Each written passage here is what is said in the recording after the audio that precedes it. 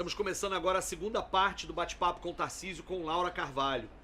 Vamos conversar hoje, continuar uma conversa sobre economia, sobre política econômica, mas vamos falar também de Rio de Janeiro, sobre carnaval, sobre eleições. Não perca. Se você não assistiu a primeira parte, corre lá e assiste a primeira parte na nossa página. E como sempre, se gostar, compartilhe. Pra galera que entende pouco, menos do que eu, de economia. Essa questão da reforma tributária. Que a gente ouve muito esse discurso que brasileiro paga muito imposto, de que é isso, nós temos uma carga tributária enorme, isso é um problema, temos que reduzir a carga tributária.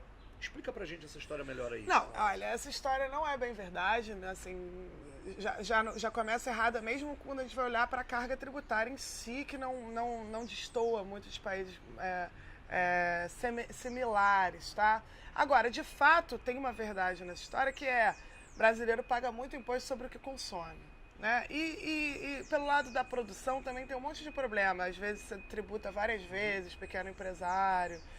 Então tem muitas deficiências por aí, mas acho que a pior é que quase toda a nossa base de arrecadação de impostos é sobre o que a gente consome. E o que a gente consome, né?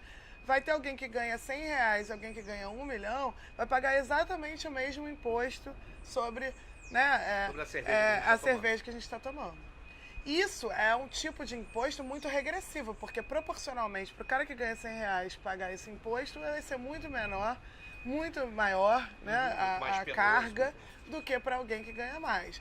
Então a reforma é uma reforma, enfim, que aproximaria o Brasil de outros países, inclusive países que até nem têm a estrutura tributária tão progressiva assim, do tipo Estados Unidos, já é muito maior do que a nossa. Porque ali é uma estrutura em que o imposto de renda, que é progressivo, é mais alto, e o imposto sobre patrimônio, o imposto sobre a herança, o imposto sobre dividendos. Quer dizer, o que é dividendos? É assim, você tem uma grande empresa, você é sócio da empresa, os lucros que não ficam para ser investidos na empresa, que vão para você como pessoa física, isso não é tributado, isso é isento de tributação no imposto de renda de pessoa física. Isso lá nos Estados Unidos, né? Porque aqui é... Aqui é isento.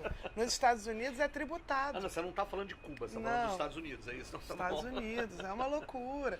Não é só os Estados Unidos, todos os países da OCDE tributam dividendos. E isso foi uma coisa que a gente deixou de fazer a partir de 95, com uma lei.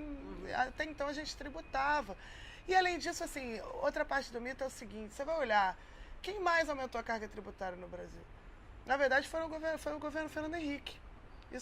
O governo Lula e Dilma não aumentou a carga tributária. Sério? Repete pra mim isso aí. Quem mais aumentou a carga tributária no Brasil foi o governo Fernando Henrique, que não é bobo nem nada, né? Que foi aumentando junto com o crescimento das despesas sociais, com as despesas de previdência, de seguro-desemprego, essas coisas. Laura, já que a gente está nesse clima aqui, aula de economia, eu vou te pedir para você explicar uma outra coisa. E a partir de uma experiência pessoal. Toda vez que eu estou dando aula, em vários momentos, principalmente no 9º ano, portanto, os alunos de 14 anos de idade, ou no 3º ano do ensino médio, em vários momentos eu tenho que explicar para eles o que é inflação. É muito curioso, porque quando eu estava no 9º ano ou no ensino médio, era óbvio para mim que era inflação. Todo dia que eu chegava na escola, na cantina da escola, o preço do lanche era diferente. Cada dia era diferente. Eu sabia o que era inflação. A vida da nossa família tinha que saber o que era inflação. Mas para os alunos era difícil pra caramba explicar o que é inflação. Agora está se tornando um pouquinho mais fácil, as pessoas estão de novo vivendo. Mas ainda assim é algo difícil pra caramba para os alunos saberem o que é inflação. De uma economista, doutora em economia, para um aluno de 9º ano, de 14 anos, o que é inflação? Não, eu acho que o principal para você entender quando você está explicando inflação é que o preço de uma coisa subir, né? Isso não necessariamente tem nada a ver com inflação. Inflação é quando os preços da grande maioria dos produtos estão subindo de forma generalizada e crescendo de forma contínua, né? Então, subiu o preço do tomate hoje, mas caiu o preço de outra coisa, a gente não trata como um fenômeno inflacionário.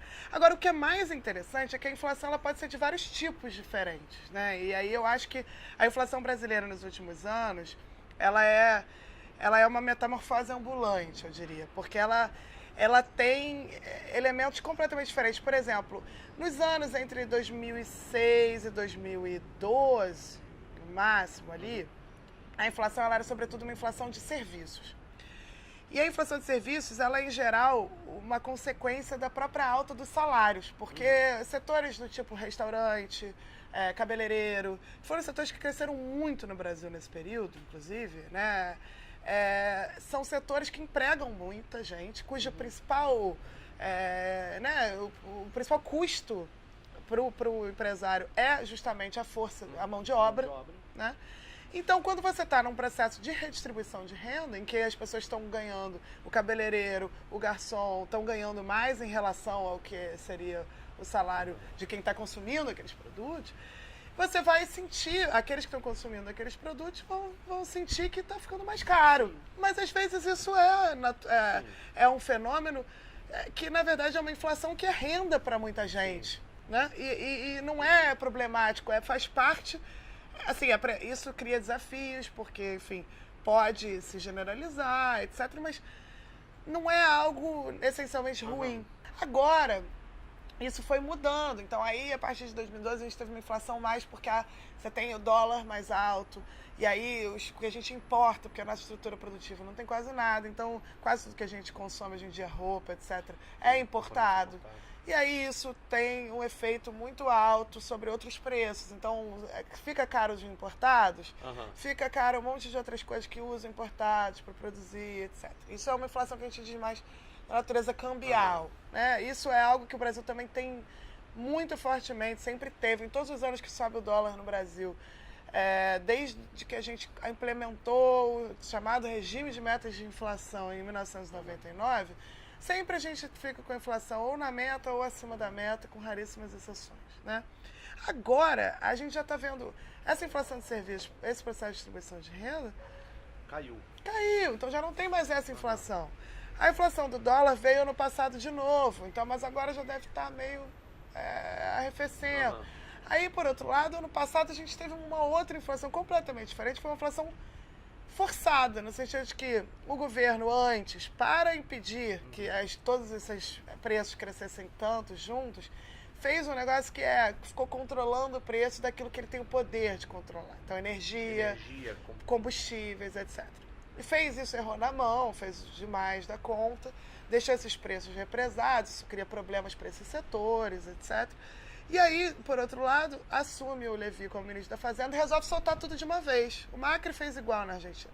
Tudo de uma vez, não precisa, faz aos poucos, né?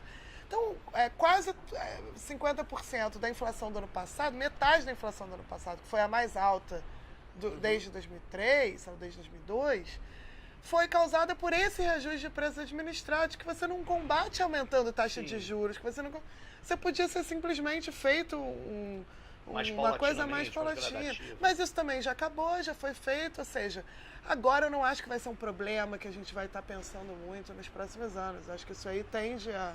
ainda mais com essa taxa de desemprego como está. E os juros? Por que essa política de juros é uma política complicada para a vida das pessoas, para a economia? Por quê? Não, eu acho que o principal efeito negativo da política de juros é que torna o Estado brasileiro um Estado que concentra renda, né? Porque, olha, a gente já falou da arrecadação dos tributos, né? Ele já abre os trabalhos concentrando renda na hora de tributar as pessoas, porque está justamente tributando sobre o consumo e não sobre a renda e patrimônio.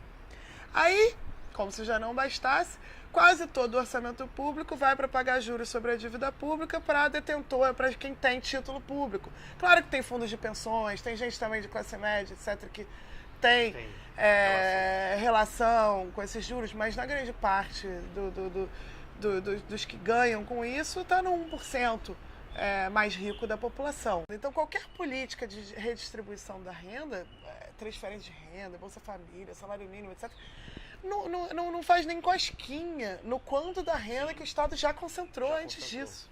E a tarefa de redistribuir passa a ser uma tarefa um pouco quixotesca, porque você está concentrando para distribuir um pouquinho, né? E aí tem uma discussão enorme entre os economistas sobre o que explica essa taxa de juros tão alta no Brasil, que é mais alta quase todos os países do mundo, né? Eu acho que, assim, tem muita coisa que a gente sabe que não explica. Então, a gente não tem a dívida pública maior do que de outros países, que é uma das explicações que se dá.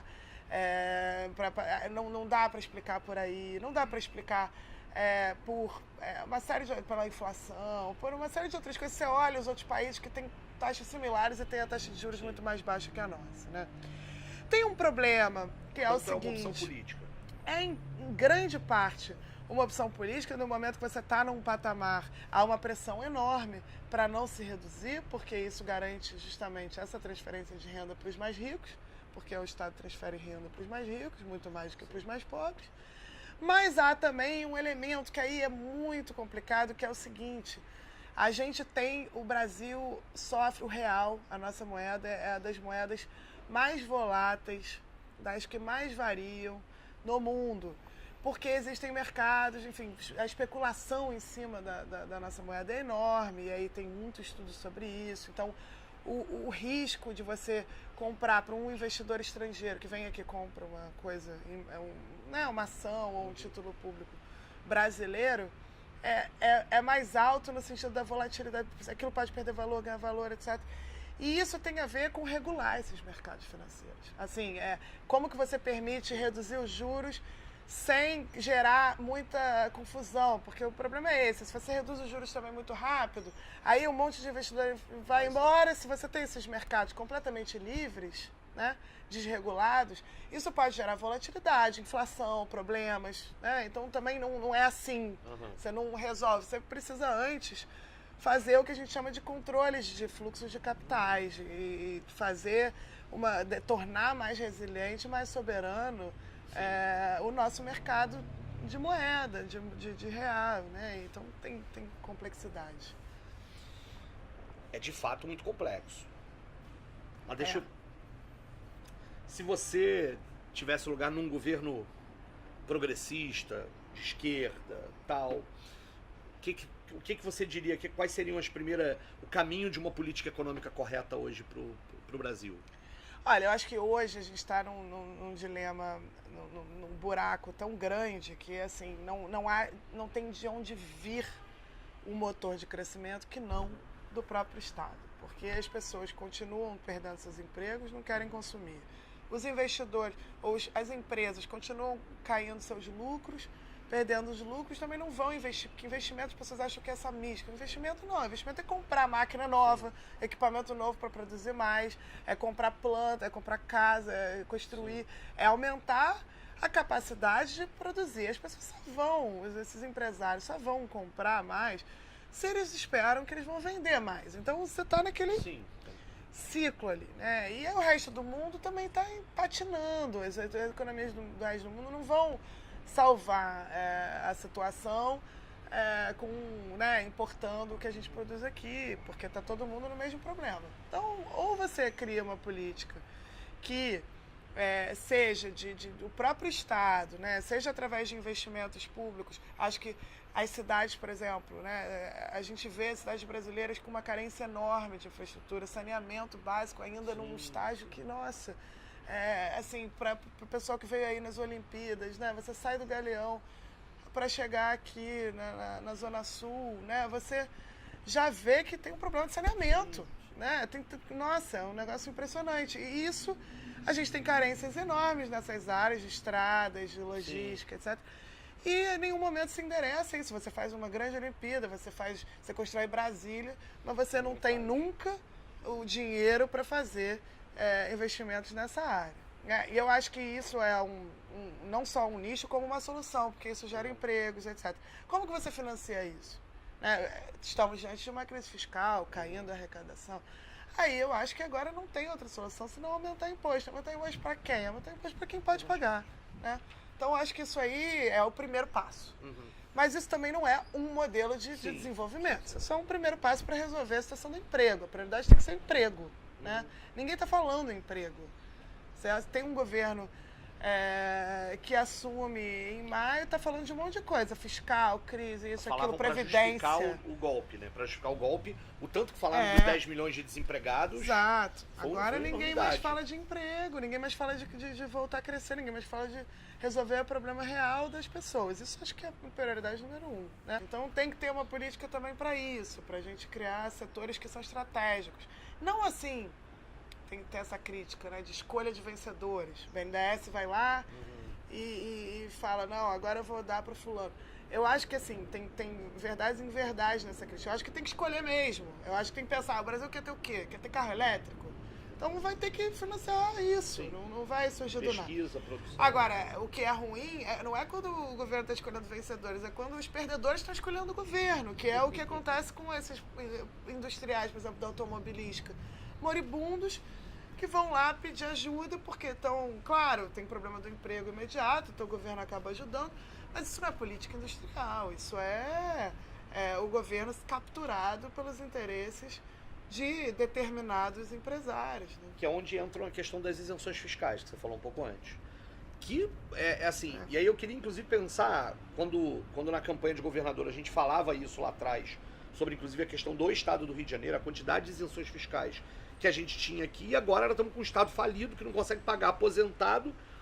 Em grande medida, é óbvio, tem a desaceleração da economia, tem a queda do preço do petróleo, mas a quantidade de isenção fiscal que eles fizeram era absurda para gerar quase nenhum emprego. Né? A gente usava sempre a gente usava o caso da Land Rover, né? Uma fábrica absolutamente necessária para todos nós, né? Uma fábrica da Land Rover no Rio de Janeiro, né? Produtos de primeira necessidade, mas que ganhou isenção, ganhou terreno, ganhou empréstimo a juros quase negativo para gerar impressionantes 400 empregos. Se eu pegasse só o dinheiro que foi emprestado ali e aplicasse em pontos de cultura, nós tínhamos gerado 4 mil empregos e com muito menos dinheiro gerando cultura para a população. É aí que tá, eu acho...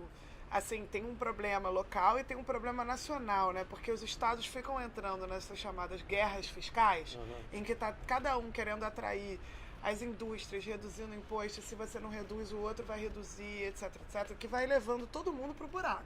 Porque, no fim das contas, quem ganha com isso são as empresas, né? E todos os estados praticamente falidos por essa mesma razão. A guerra fiscal é um negócio que, no que você entra, você se ferra, é o que a gente chama de falácia da composição. Se um faz, ele ganha, mas se todo mundo está fazendo ao mesmo tempo, ninguém ganha com isso. Né? Então, como é que a gente pensa em tornar o Rio de Janeiro atraente para determinados setores sem precisar usar esse instrumento?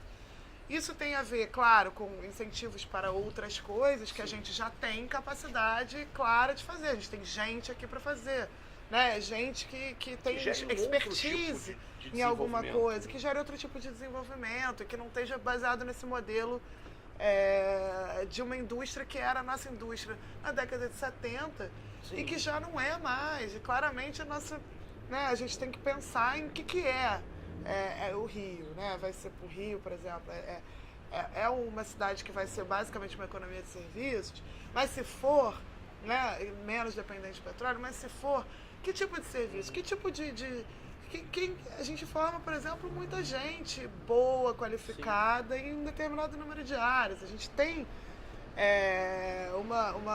assim, ainda pensando nacionalmente, né, expertise em muitas áreas. A gente tem que pensar essas coisas, né, em vez de sair entrando numa guerra fiscal.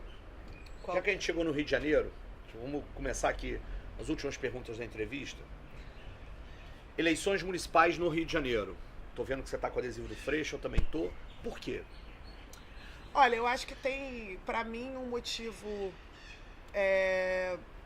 até nacional de o que vai acontecer com a esquerda nesse país depois desse momento tão dramático que aqui ainda parece uma derrota, mas que não está claro que vai ser uma derrota. E eu acho que, assim, o que mostrou esses últimos anos é que a sociedade está demandando novas formas de fazer política mesmo, e tem um problema, uma crise de representatividade muito forte, uma ausência de lideranças muito, assim, que dá pra gente um pessimismo terrível, né?